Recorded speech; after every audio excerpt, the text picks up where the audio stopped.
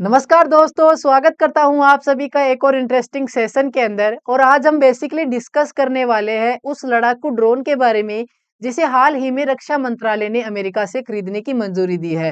दोस्तों, इस ड्रोन के अंदर ऐसी क्या खास विशेषताएं हैं, क्या खास फीचर है जिसके चलते भारत को अमेरिका के साथ इसका सौदा करना पड़ा। तो चलिए शुरू करते हैं और जानते हैं इस लड़ाकू ड्रोन के बारे में। दोस्तों, इस लड़ाकू ड्रोन का जो नाम है वो है MQ-9 रीपर। और भारत इसका दूसरा वर्जन खरीदने वाला है MQ-9B। दोस्तों, इस ड्रोन का जो निर्माण है वो अमेरिका की एक company general Atomics aeronautical system उसके द्वारा इसका निर्माण किया गया है। और किसी भी देश की सेना, यानी जिस देश की सेना के पास ये ड्रोन है, वो उसे कई कामों में जो है यूज कर सकती है, जिसमें आपको मुख्यतः देखने को मिलेगा निगरानी, टोही टोही यानी जासूसी करना और हमला करने वाले कार्यों के अंदर। मतलब आप बोल सकते हो कि ये ड्रोन टू इन वन है।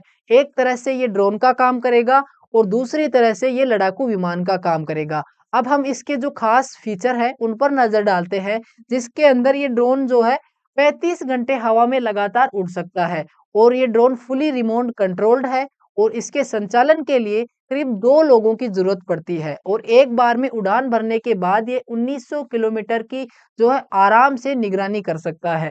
दोस्तों, 1 घंटे के अंदर ये 482 किलोमीटर उड़ सकता है। और तय किए गए वक्त में यानी टारगेट टाइम के अंदर जमीन और समंदर दोनों में ये मिलिट्री एक्शन को जो है अंजाम दे सकता है। इजराइल और अमेरिका के अलावा किसी दूसरे अन्य देश के पास ऐसे एडवांस लेवल के ड्रोन नहीं है। दोस्तों, प्रधानमंत्री नरेंद्र मोदी 21 से 24 जून तक अमेरिका के दौरे पर रहने वाले हैं। उनकी इन्हीं तैयारियों के बीच जो है रक्षा मंत्रालय ने इस ड्रोन को खरीदने की मंजूरी दी है। लेकिन इस ड्रोन को खरीदने की जो अंतिम फैसला है वो सुरक्षा मामलों की कैबिनेट यानी CCS करेगी। और सुरक्षा सूत्रों की न्यूज एजेंसी यानी ANI के मुताबिक 15 जून यानी आज ही के दिन डिफेंस एक्विजिशन काउंसिल की बैठक में इस ड्रोन को जो है खरीदने की मंजूरी दी गई है। दोस्तों, अब हम बात करेंगे कि इस ड्रोन को जो है भारत को खरीदने की जरूरत क्यों पड़ी। तो पूर्व Indian navy vice chief vice admiral SN घोरमड़े, ये जो आप देख रहे हैं ये है SN घोरमड़े, का कहना है कि हमारे पास विशाल समुद्री क्षेत्र है जहां निगरानी की जरूरत है। इसके अलावा पश्चिमी और उत्तरी इलाकों में कुछ देशों के साथ हमारी सीमा जुड़ी है, वहां भी निगरानी की जरूरत है। इन जरूरतों को ध्यान में रखते हुए हमें इस ड्रोन की जरूरत है। रक्षा मंत्रालय ने इसे खरीदने की मंजूरी देकर अच्छा फैसला लिया है। दोस्तों, इस ड्रोन का जो है भारत 2020 में भी उपयोग कर चुका है। 2020 के अंदर इंडियन नेवी को हमारी समुद्री सीमा की जो निगरानी करने के लिए अमेरिका से 2 MQ-9B ड्रोन सी गार्डियन ड्रोन 1 साल के अंदर लीज पर मिले थे।